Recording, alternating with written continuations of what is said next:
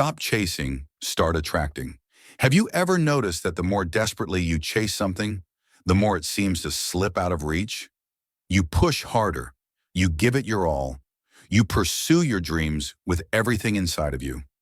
But what if the moment you stopped chasing was the very moment it all started coming to you? With ease, not force? It's just like a magnet. The more you try to pull it forcefully, the more it pushes away.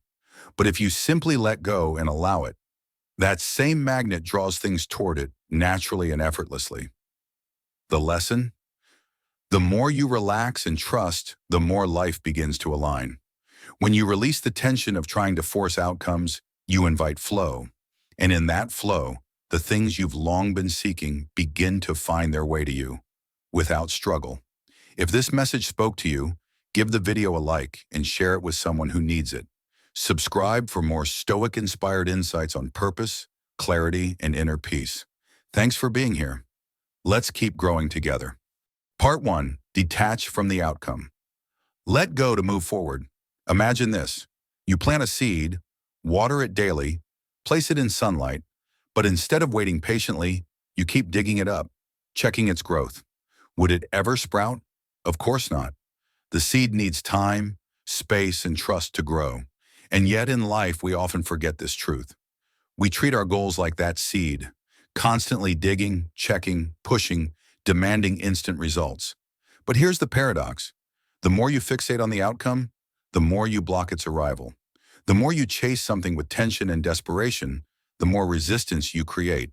So what if instead of trying to force the result, you focused on the process? That's the Stoic way. Detach from the outcome, focus on the action, trust the unfolding. Epictetus once said, "Do not seek for things to happen the way you want them to. Rather wish that what happens, happens as it should, and you will be happy." This isn't about giving up. It's about releasing your grip. It's about showing up fully, giving your best, and then stepping back without obsessing over how it all turns out. Let me tell you about Lily. She worked tirelessly toward a big promotion. She overprepared, stayed late, did everything she could. But nothing happened. Her frustration grew and her motivation faded. Then a mentor said, "Stop forcing it. Just focus on being excellent each day. The rest will follow." She listened. She let go of the timeline. She focused on learning, growing, showing up. And slowly opportunities began to open up. Not through stress, but through alignment. So how do you practice detachment? Give your full effort, but release the need to control the result. Let go of the when and how, and stay grounded in the now. Trust that what's meant for you will come in its own time. The moment you stop obsessing is the moment things start to flow. Detach from the outcome and step into peace, clarity, and quiet confidence. Part 2. Master your mindset. Your inner world creates your outer experience. There's a silent force shaping your life every day. Your mindset, the way you think, the beliefs you hold, and how you choose to see the world all play a more powerful role in your life than any external circumstance. Think about it. Two people can go through the exact same challenge, yet one crumbles under the weight of it, while the other grows stronger because of it. The difference? Their mindset. You can't always change what's happening around you, but you can always change how you interpret and respond to it. That's where your freedom lies. That's where power begins. In a world full of noise, pressure, and comparison, your mindset becomes your inner sanctuary, or your greatest trap. The Stoics understood this deeply. Marcus Aurelius once wrote, "The happiness of your life depends upon the quality of your thoughts." It's not your job, your possessions, or even your relationships that determine your happiness. It's how you think about them. Let that sink in. When your thoughts are grounded, calm, and focused, you walk through life with clarity. You notice opportunities instead of threats. You move with intention rather than anxiety. But when your mind is chaotic, reactive, and full of fear, even the smallest things feel like mountains. This is why mindset isn't just important. It's everything. Let me share Rachel's story. She was overwhelmed by life. Every day felt like a battle. Deadlines, expectations, worries about the future. Her default mode was stress. She tried to manage everything, but the more she tried, the more exhausted she became. One day something shifted. She realized that her stress wasn't just coming from her environment, it was coming from within. Her thoughts were the real source of pressure. So she decided to take back control. Rachel started small. Each morning she gave herself 5 minutes of quiet. No phone, no to-do list, just breath and awareness. She wrote down her thoughts, and she questioned them. Is this thought helpful? Is this fear real or just a habit? Gradually, she began replacing her mental patterns. Instead of thinking, this is too much, she started thinking, I'll handle one thing at a time. Instead of spiraling into, what if it all goes wrong? She asked herself, what if it all goes right? That one shift, from reaction to intention, changed everything. Her circumstances didn't magically change overnight, but she changed, and as a result, her experience of life did too. So how do you master your mindset? 1. Build awareness of your thoughts. You can't change what you don't notice. Start observing your inner dialogue. What are you telling yourself every day? Are your thoughts lifting you or limiting you? You don't need to judge them. Just notice. Awareness is the first step toward transformation. 2. Challenge your mental patterns. Not every thought you think is true. Ask, is this thought helping me grow? Is this based on fact or fear? Would I say this to someone I love? Often your inner critic is just a voice you've inherited from society, past failures, or fear. You get to reprogram it. 3. Practice reframing. Life doesn't always go as planned, but how you frame what happens shapes your emotional world. Instead of, why is this happening to me? Try, what is this teaching me? Instead of, this is a problem, ask, what's the opportunity here? Reframing doesn't ignore pain. It gives it purpose. 4. Feed your mind like you feed your body. What you consume matters. Choose content that nourishes you. Read books that expand your thinking. Listen to voices that bring clarity, not confusion. Just like junk food affects your body, junk thoughts affect your spirit. 5. Return to the present. Your mind often races into the future or loops in the past, but the only place you can act is here, now. Stoicism teaches presence, to focus on what's in your control in this moment. Anchor yourself in breath, in stillness, in this step, not the 100 ahead. A Stoic doesn't control the world. They control themselves. That's what makes them powerful, no matter what they face. When you master your mindset, you stop being a victim of your emotions. You start responding with wisdom instead of reacting from fear. You begin to create your experience instead of just enduring it. Because your mind is not just a tool, it's the stage where your entire life plays out. So protect it, strengthen it, align it. To close, here's a powerful practice. Each night before you sleep, reflect on 3 thoughts you want to carry into the next day. Not tasks, not goals, thoughts, examples. I can handle whatever comes my way. Everything is happening for my highest good. I don't need to control the outcome. Just show up with presence. These thoughts become your mental compass. And when your compass is aligned, the path gets clearer. Master your mind. Part 3, trust in divine timing. Everything unfolds when it's meant to. In a world that moves at lightning speed, it's easy to feel like you're falling behind. You see others posting their wins, sharing their progress, hitting milestones, and you wonder, why not me? But here's a deeper truth. Just because it hasn't happened yet doesn't mean it won't. It simply means the timing isn't aligned. Yet, Stoicism teaches patience. It teaches surrender, not out of weakness, but wisdom. No great thing is created suddenly.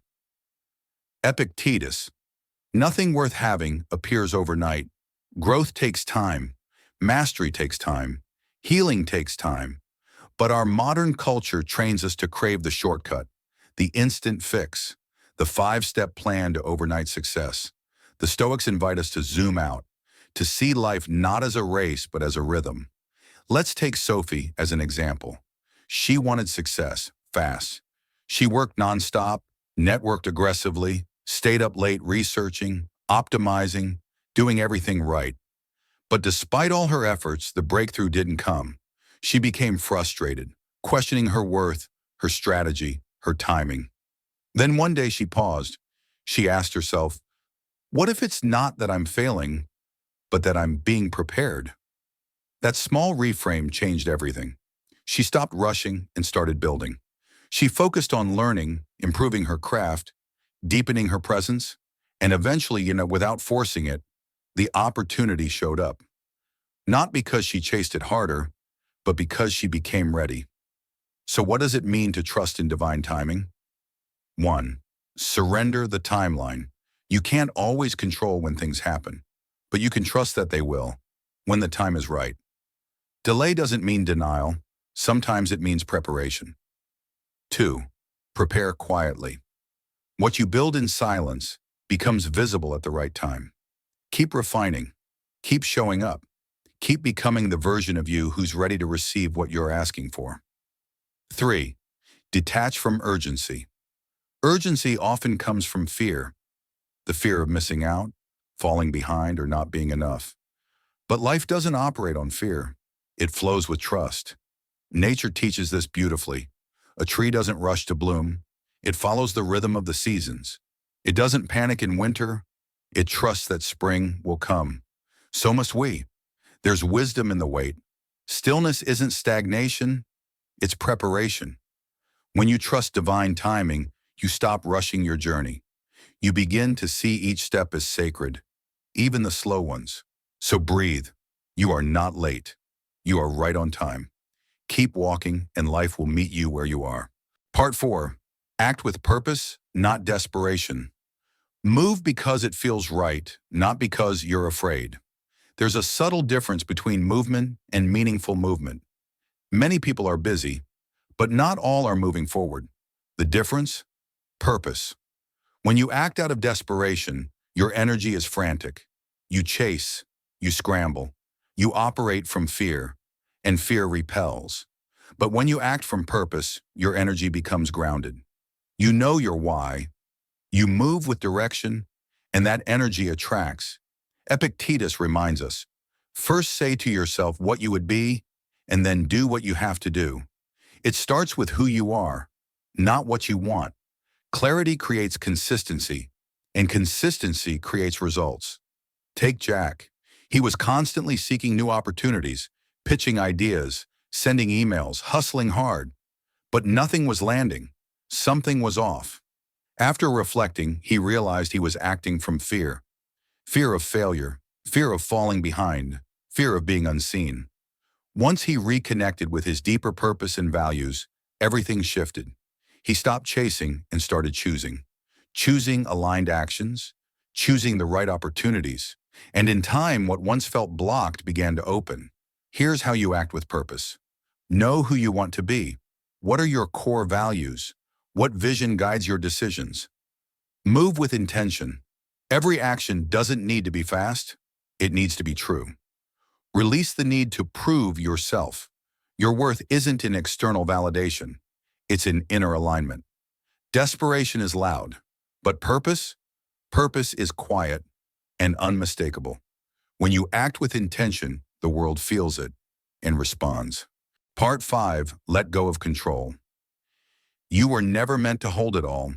Control feels safe, predictable, secure. But the truth is, most of what you try to control isn't actually yours to carry. You can't control how others feel, what happens tomorrow, or every outcome in your life. What you can control, your response, your choices, your energy. The Stoics centered their philosophy on this truth.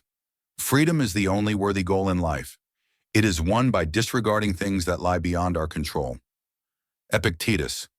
When you try to control everything, you exhaust yourself. You carry weight that was never meant for you. Anna used to be like this.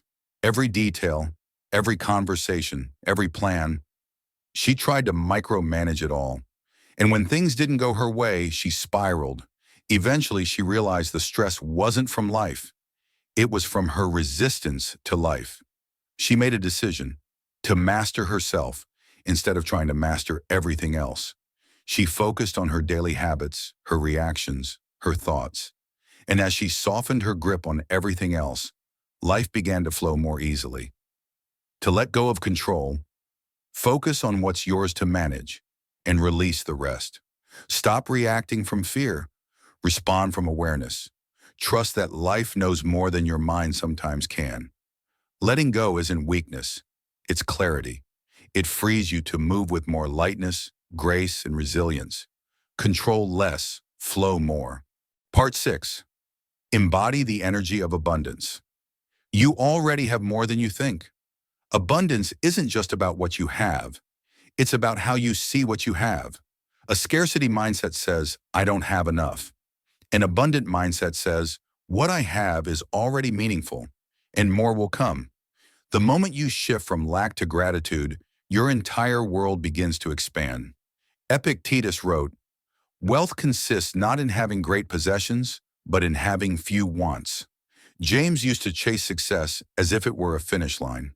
But every time he reached a milestone, fulfillment still felt far away. Then he changed. He stopped waiting to feel enough and started acting as if he already was. He focused on gratitude, on presence, on being generous with what he already had. And the moment he shifted his energy, life began to reflect it back. Here's how to embody abundance.